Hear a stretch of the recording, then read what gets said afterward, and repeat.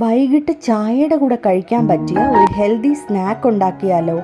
ഇത് ഉണ്ടാക്കാനായിട്ട് അരക്കപ്പ് കടലപ്പരിപ്പ് കഴുകി വൃത്തിയാക്കി 3-4 മണിക്കൂർ വെള്ളത്തിൽ സോക്ക് ചെയ്ത് വെക്കാം.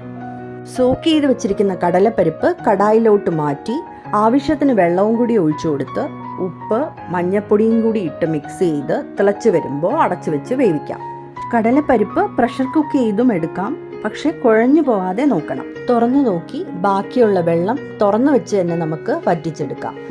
ഇതുപോലെ ആയി കിട്ടണം. നല്ലപോലെ വെന്ത് കിട്ടിയിട്ടുണ്ട്, ഒരുപാട് കുഴഞ്ഞിട്ടുമില്ല. ഇതാണ് കറക്റ്റ് പരുവം.